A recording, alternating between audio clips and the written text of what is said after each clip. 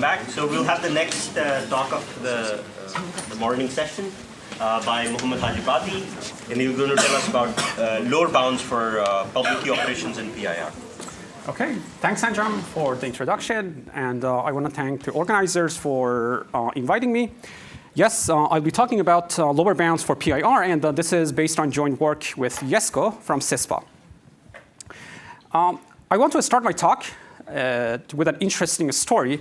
This is the easiest lower bound that I have ever proven in my life. It's the easiest lower bound, but with the strongest consequences.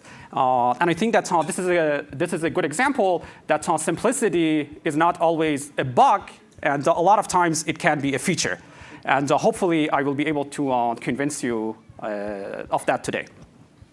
All right, so let's start. I'm going to start my talk in an unconventional way with a disclaimer. And I'll be using the word public key operations a lot during my talk, but I will formalize it only in the second half of my talk. So I want you to be patient, but if you really are not a patient person, for now you can think of it as things such as group operations or homomorphic operations. Okay. So let me define the notion of PIR, for which we want to prove lower bounds. PIR is a protocol between a receiver or a client Alice who has an index I, and a server or a sender Bob who has a database of n entries, which we assume are all bits. The goal of the protocol is to allow Alice to learn the ith bit of the database, and we require two properties. First, Bob should not learn any information about Alice's index I. And second, the amount of communication from Bob to Alice, or the sender's communication complexity, should be strictly less than n bits. Okay? In some applications, we might want to have extra properties. For example, sometimes we might want to also have privacy for Bob, which means that Alice should only learn the ith bit of the database and nothing more. Or sometimes we might want the total amount of communication to be less than n, as opposed to the sender's communication complexity alone. Throughout my talk, I'm not going to assume any of these extra properties. And since we are going to prove a lower bound, we want to keep the primitive as weak as possible. So in particular, whenever I say PIR, I mean a protocol that is perfectly correct and that satisfies conditions 1 and 2. Okay? And also, I'm not going to assume any sort of pre-processing of the database, but I will mention something about it toward the end of my talk. Okay? To motivate our discussion, let's look at a simple construction of PIR that satisfies conditions 1 and 2. Suppose we have a private key additively homomorphic encryption scheme for single bits. Then Alice, on an index I, can send n ciphertexts, where the ith ciphertext is encrypting 1 and every other ciphertext is encrypting 0. And Bob can use the homomorphic properties of the encryption scheme to compute an encryption of mi, which Alice can decrypt. We have privacy for Alice because the encryption scheme is semantically secure, and also the communication complexity of Bob is the length of a single ciphertext, which is independent of the database size. Okay? This simple protocol works, and in fact, it can be optimized, which has been done in some prior work. But the main problem with this protocol is that Bob needs to perform n homomorphic operations. And homomorphic operations are known as public key operations and are relatively expensive. We are in an MPC workshop, and I think it's fair to say that there is nothing that is hated here more than public key operations. So yes. Disgusting. Rounds are disgusting. Okay. Okay, so there is a competition. Okay, so the premise of my talk is the question of whether performing n homomorphic operations, whether performing n public key operations by senders in PIR protocols inherent or not. Or in other words, is there a way to replace a big chunk of public key operations, which are expensive, with symmetric key operations, which are more efficient? Okay? So to get a better sense of this question, let me give you a rough version of the problem that we want to solve. Okay? Suppose Alice and Bob want to solve the PIR problem where they have access to a random oracle and to a quote-unquote a public key operation oracle. Okay? So for now, you can think of the public key operation box as an oracle for things such as generic groups, homomorphic encryption, and so on. Okay? The only restriction that I'm going to put here is that Bob can call the public key operation oracle at most a sublinear number of times in the size of the database. Besides this, we are not going to put any other restrictions, and in particular, both parties can call the random oracle as many times as they want, as many polynomial times as they want. Okay? This scenario captures the question that I raised in the previous slide, and we want to know if we can realize PIR in this setting or not. So here, we have to be a bit careful, though, about what we mean by a single public key operation query. Okay? Because if the public key operation oracle corresponds to fully homomorphic encryption, then Bob can encode the entire database inside a large circuit and make a single query to homomorphically evaluate the entire database. Okay? So instead of talking about the number of public key operation calls, which is rather vague, we are going to talk about the amount of interaction that you have to make with the public key operation oracle. Or in other words, the total size of all the public key operation queries. Okay? Throughout my talk, I'm going to cheat, and I'm simply going to refer to this as the number of public key operation queries, but you should keep it in mind that what I actually mean is the amount of interaction with the public key operation public key operation oracle.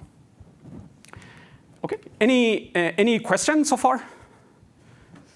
Okay, so now that you got a sense of the question that we want to solve, let's look at what we know about the computational efficiency aspects of PIR. Okay, so we know by classical results that if the database has n bits, then the strict running time of the server must be at least n. Okay? However, this classical lower bound is not applicable to the question that I raised because remember I mentioned that there is no restriction on the number of symmetric operations, so this lower bound can be circumvented that way. Okay? Of course, we know that a PIR, even in the simple form that I defined, implies oblivious transfer, so we must rely on public key assumptions. Okay?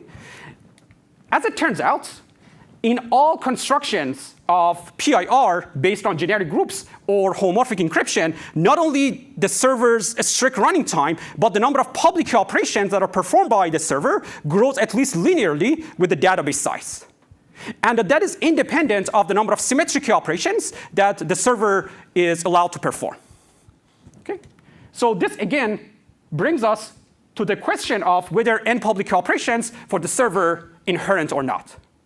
Or in other words, can we build a PIR protocol where the server performs a sublinear number of public key operations, but an arbitrarily large number of symmetric key operations? Okay? Any questions? So yes? Doesn't this require both-sided privacy, the second bullet? No. So we only require privacy for the receiver.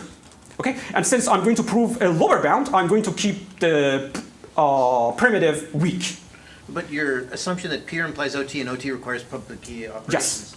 That part, doesn't the PIR implies OT require that? Yes, it does. So even if you don't have... I see, got it. So as long as the amount of communication is low, even if you don't have server privacy, you can get server privacy for free, in some sense. Okay?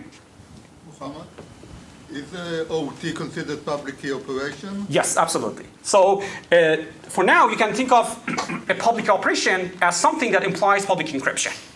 But you can have many OT from, you have OT extension. OT extension, I will get there. Yes, good question.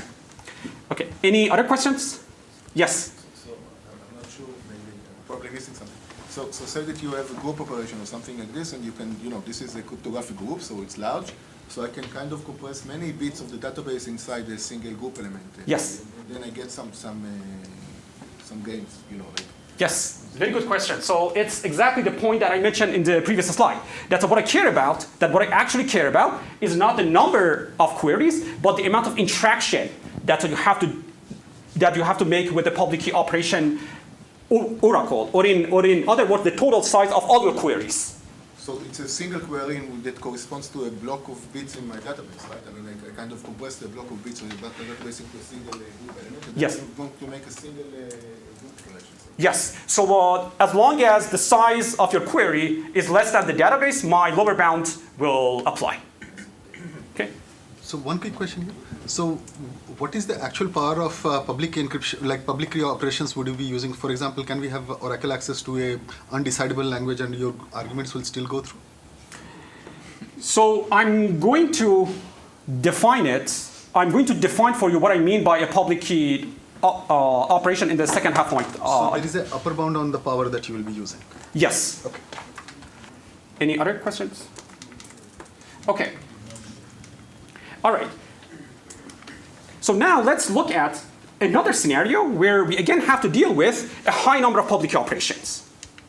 And that is about asymmetric PSI, where two parties want to compute the intersection of their two sets, but one of the sets is much larger than the other set. Set B is much larger than the other set. Here I have a confession to make. Since I see Mike, I got the idea of using this diagram from one of Mike's talks, and I really like it. Okay. I see. Okay. The goal is to have semi-honest secure protocols where the amount of communication is sublinear in the size of the bigger set. Okay? And you know what? Let me even simplify the problem for you, where we are only going to require security for the person who has the smaller set A. Okay? And since we have a restriction on the number, on the amount of communication, the problem will still be non-trivial. Okay? We have beautiful solutions for this problem based on techniques such as trapdoor hash, rate 1 OT, and so on. However, in all these constructions, again, the number of public key operations does grow with the size of the bigger set, set B. Okay? On the flip side, if I don't care about communication, we can use OT extension to design protocols where the number of public key operations does not grow with the size of the bigger set, but the amount of communication does. Okay? So it seems that we have two extremes here. We can either get good communication or good computation. So we have two extremes here where we can either get good communication or good computation. So again, the question is one or the other inherent, or can we somehow get the best of both worlds? Okay. Both the PIR problem and the asymmetric PSI problem are an instance of what we call asymmetric 2PC, where one of the inputs is much larger than the other inputs, and we only require privacy for the person who has the smaller inputs, and we demand a sublinear amount of communication for the person who has the larger input. Okay? And the lower bounds that I'm going to show will also be applicable to this general asymmetric 2PC setting. All right. This does not make sense. If the function is a constant function, you don't need any computation. So I didn't want to be technical here. So if I want to be technical for functions that are non-trivial. Okay. Yes, good point. OK. So now you might be asking, why not use oblivious transfer extension to minimize the number of public key operations? So let me talk a little bit about this. OT extension, as you all know, is a hybrid technique that allows us to extend a small number of OTs into a large number of OTs using only symmetric key operations. Pictorially, this is how it looks like. Suppose Alice and Bob want to run L oblivious transfers, or what we call L batch OTs, where Alice has L choice bits and Bob has L pairs of bits, and Alice should learn 1 bit from each pair. They have access to a random oracle and to an OT oracle. Obviously, they can solve this by invoking the OT oracle L times, but the requirement is they can call OT at most a security parameter number of times, or a fixed function of the security parameter that does not grow with L. Okay.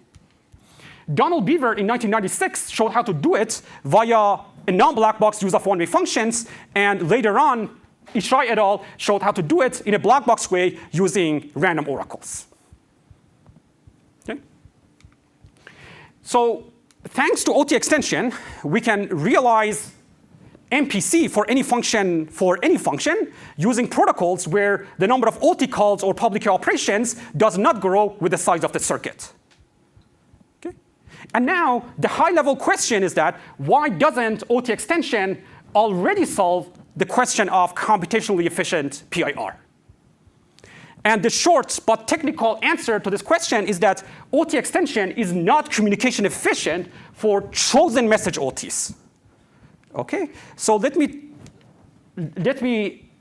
tell you what I mean by this by looking at the communication complexity of OT extension protocols. Okay. So again, this is the setting of OT extension where we don't want the number of public key operations to grow with L. Okay. Existing OT extension protocols are not communication efficient in the sense that under all these constructions, the number of bits that the sender, Bob, needs to communicate to Alice is at least 2L. Okay? Whereas what we need for PIR is a rate 1 property for senders, meaning that the communication complexity of Bob should be L plus lambda as opposed to 2L plus lambda. Here, lambda is the security parameter.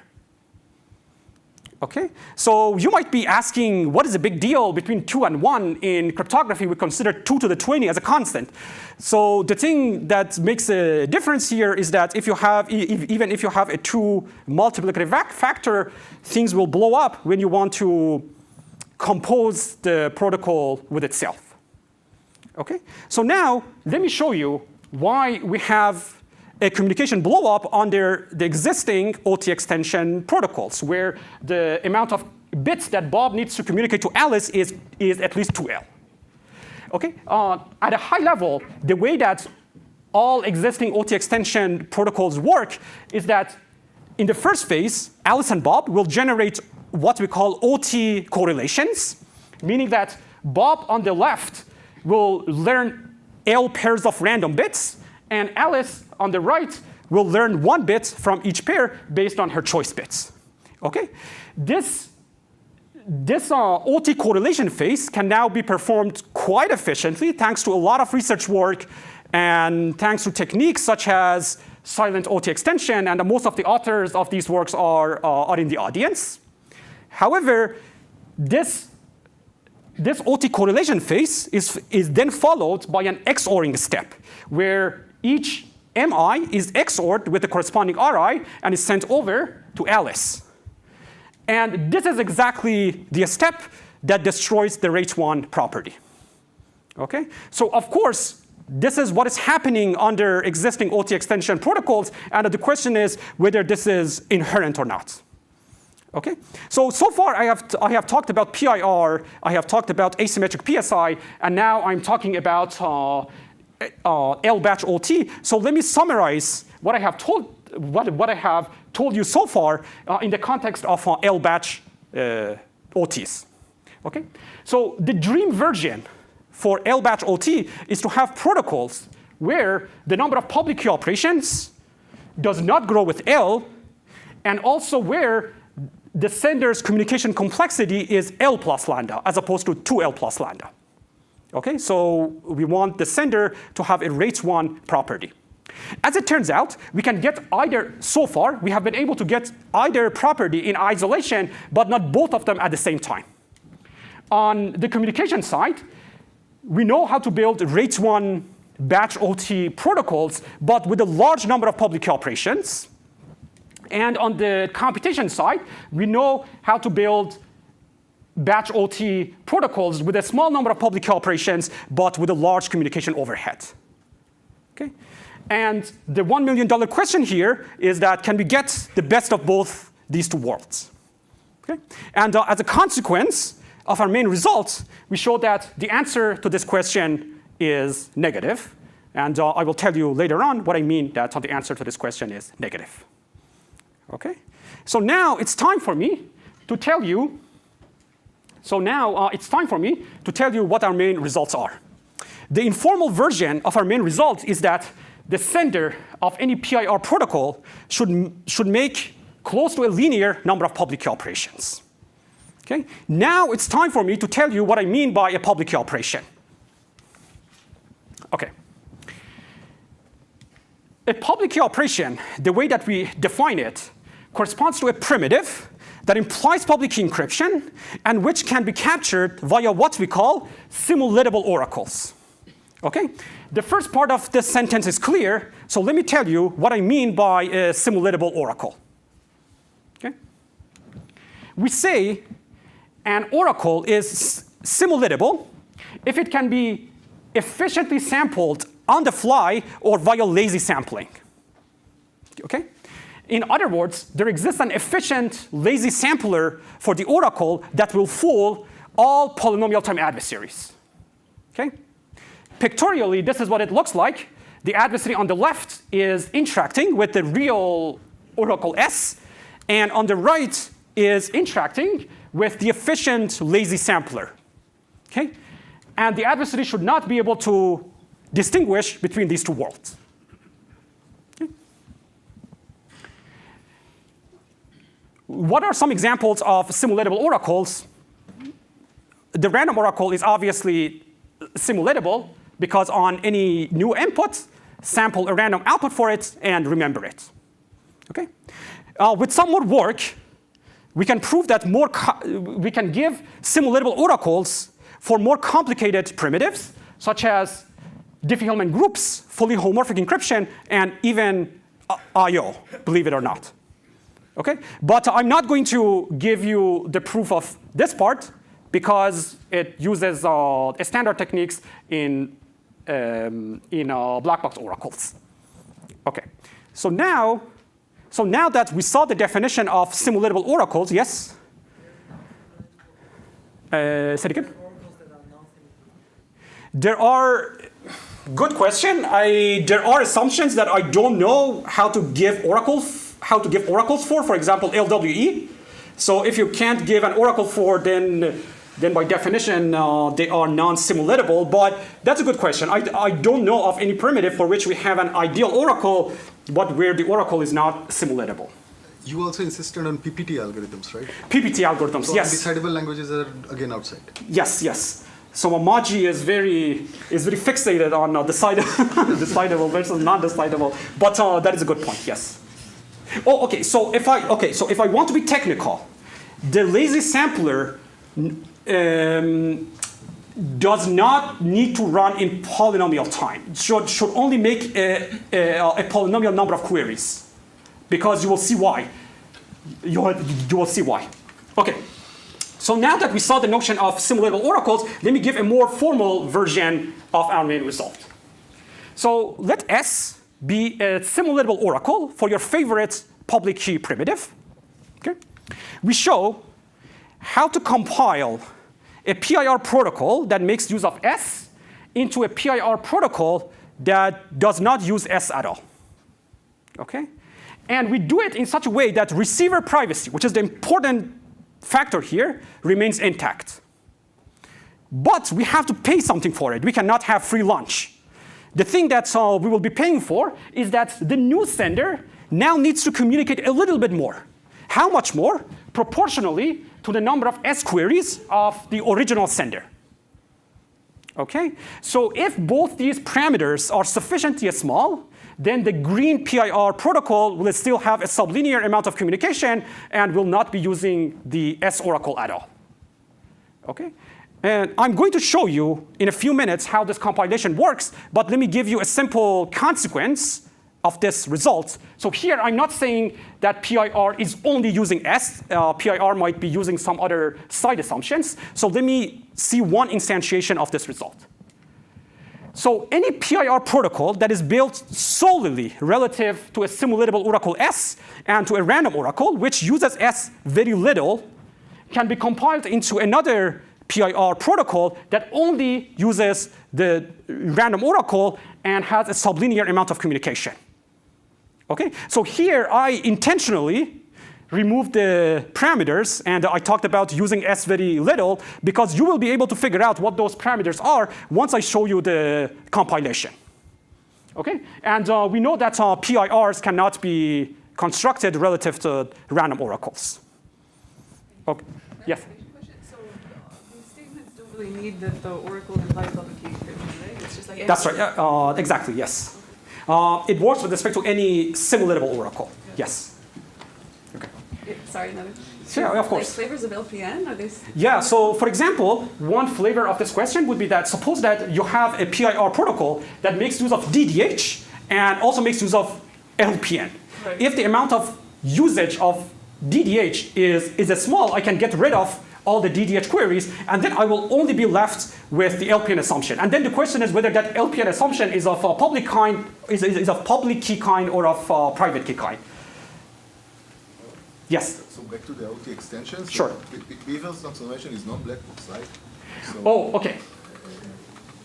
So, yes. I'm not sure that kind of like when you talk about the oracles and the oracle simulates a public key operation or something like this, this is kind of, it's not captured when I'm using like public encryption in a non-black box way, right? I mean, No, it does. Because if you think about Beavers, Beavers is black box in the use of OT, but is non-black box in the use of the random oracle. Sure. So, no, I mean, we know that Beaver does not bypass the bound. I'm just saying that techniques like Beaver that will use the public key operation in a non-black box way are not going to be ruled by this kind of. Yes, exactly. So what I require here is that the public key operation part should be used in a black box way. But the one-way function part can be used in a non-black box way. Sure. Yes. I'm just saying that we know that non-black box use of primitives can be useful in the, That is completely in the context of OT extensions. So. That is true. That is true. Okay. Yes. But again, maybe we can talk about that offline. But this point that I have here, it does capture Beavers. Yes. Okay. Good. Okay. Thank you. All right. So now let me tell you the main idea behind our compilation, and I only have 1 minute, and that will be enough. That will be a good proof that why simplicity can be desirable sometimes. Okay, so I said that we want to work with the simulatable oracle, and that is for a reason. So the main idea behind our compilation is that the new PIR receiver is going to act as a lazy sampler and is going to answer the queries to the S oracle both for herself and also for Bob. Okay?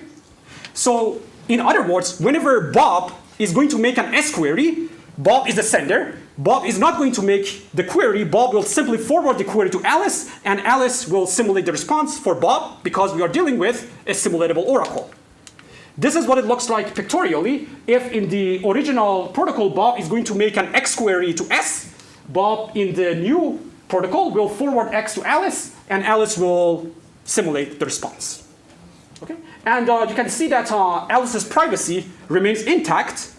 And the added amount of communication for Bob is the number of S oracle queries of Bob times the size of each query.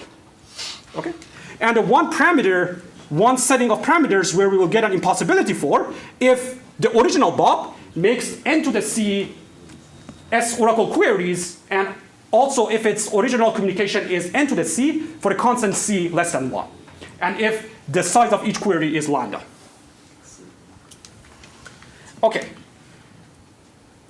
Also, there is nothing specific about PIR, and that this trick will work with respect to any asymmetric 2PC the way that I defined at the beginning of my talk.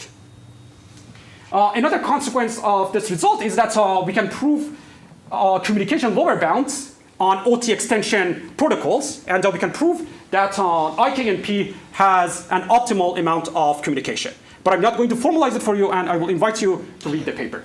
And finally, I want to mention that after the posting of our paper, there was follow-up work by Weikai, Ethan, and Daniel, where they generalized our techniques and showed that doubly efficient PIR is impossible with respect to any black box assumptions, with respect to any assumptions that can be captured as black box oracles. Okay, so let me conclude with a couple of open problems. The first question is, can we prove lower bounds on the number of public operations in other settings? Let me mention one setting that is not at all related to MPC, and that is functional encryption. So if you think about functional encryption, we cannot implement the idea of hybrid encryption for functional encryption if you don't have an all or nothing primitive. And because of this, if you want to build certain kinds of functional encryption schemes, such as inner product functional encryption, the number of public key operations or or group operations that you need to make will scale with the size of the dimension. And it would be interesting to prove whether this is inherent or not. A second question is, can we prove query lower bounds for multi-server PIR? And here we have to be careful because some versions of multi-server PIR can be constructed information theoretically, but for some other versions, we do provably need computational assumptions. So it would be interesting to also prove query lower bounds in those settings. And that's it. Thank you.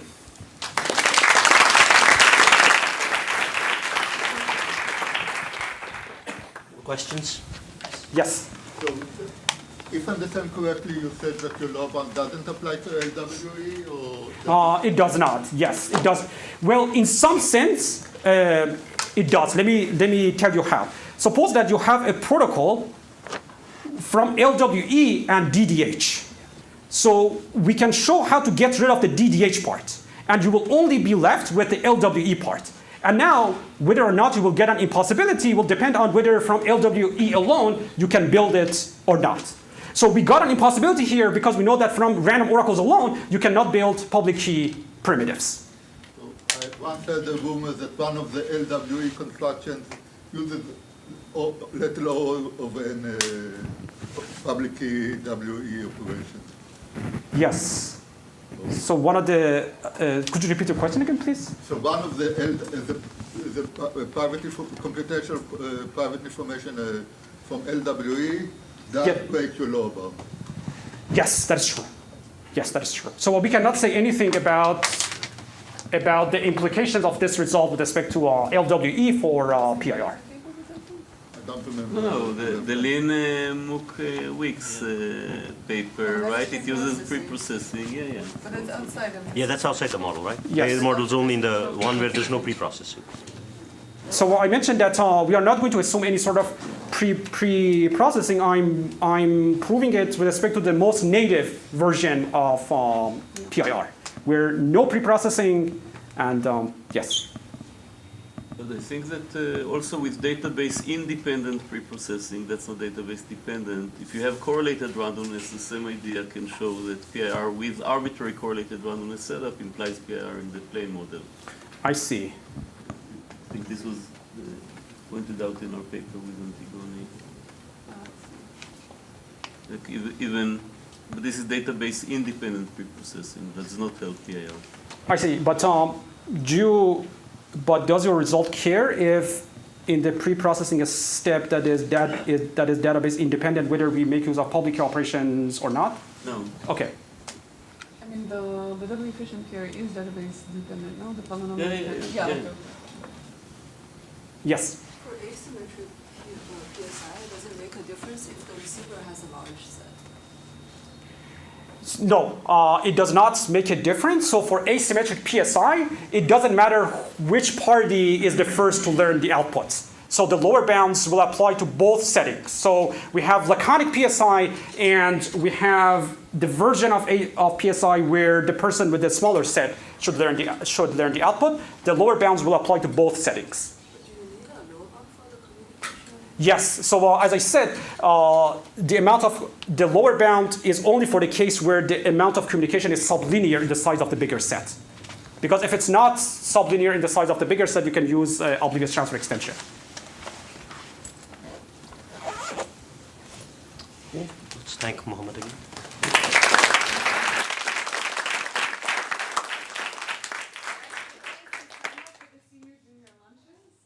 Check your email. Everybody, time of the slide. And also check your spam.